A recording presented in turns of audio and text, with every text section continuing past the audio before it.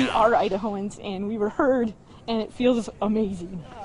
A federal judge clears the way for gay couples to get married in Idaho. On Your Side has team coverage on this developing story. As it stands right now, the state will begin issuing same-sex couples marriage licenses Friday morning. Late this afternoon, U.S. District Magistrate Judge Candy Dell struck down the state's same-sex marriage ban.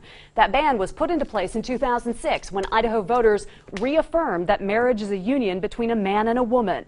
Governor Butch Otter says he intends to appeal the case, meaning an appellate court could still put those Friday weddings on hold.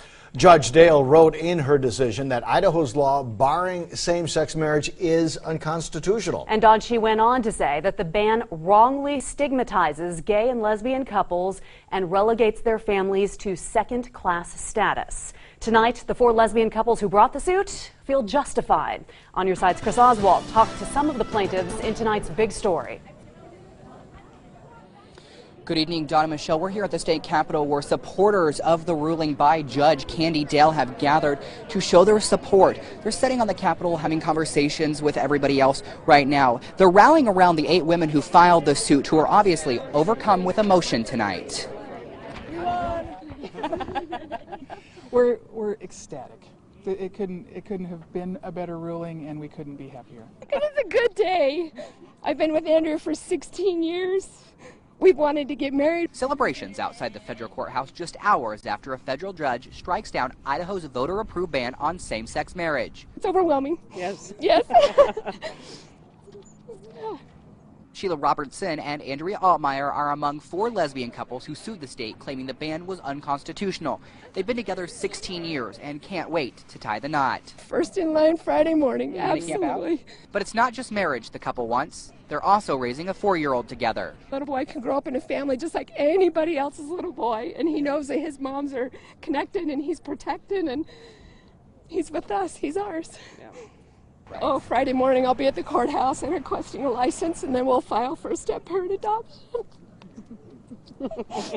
Yeah.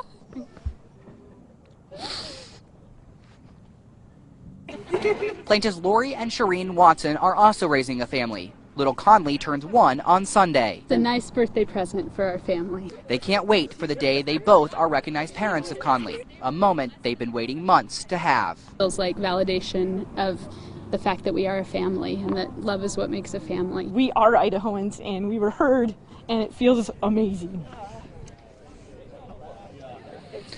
Now back out here live, you can see that this crowd continues to grow here on the steps of the state capitol. In the last 2 or 3 minutes, about 15 additional people have showed up. There are people still walking up here.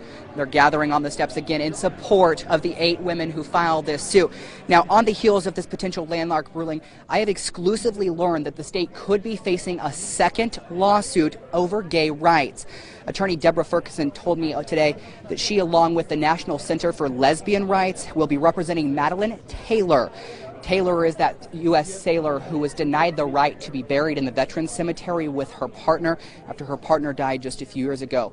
Taylor was denied those rights just last year when she applied for a plot to be buried with her lesbian partner.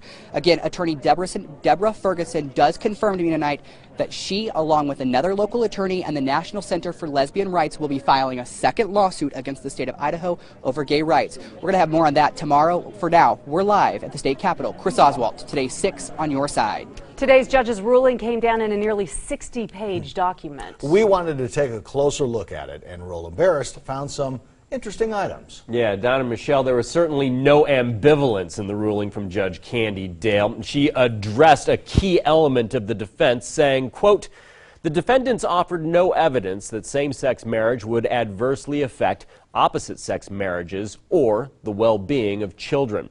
She spoke passionately of 14th Amendment rights, saying, quote, "Idaho's marriage laws deny same-sex couples the economic, practical, emotional, and spiritual benefits of marriage, relegating each couple to a stigmatized second-class status." And finally, she wrote in her conclusion, quote, "Slow as the march toward equality may seem, it is never in vain." And Don, Michelle, I want to mention to everyone that the full ruling is actually on our website that you can read if you would like at idahoonyourside.com. Thanks, Roland. All right. The governor filed an appeal in this matter even before the judge's ruling came down this afternoon. He's been relatively quiet since the decision, but did release this statement. It says, in 2006, the people of Idaho exercised their fundamental right, reaffirming that marriage is the union of a man and a woman. Today's decision, while disappointing, is a small setback in a long-term battle that will end at the U.S. Supreme Court. I am firmly committed to upholding the will of the people and defending our Constitution.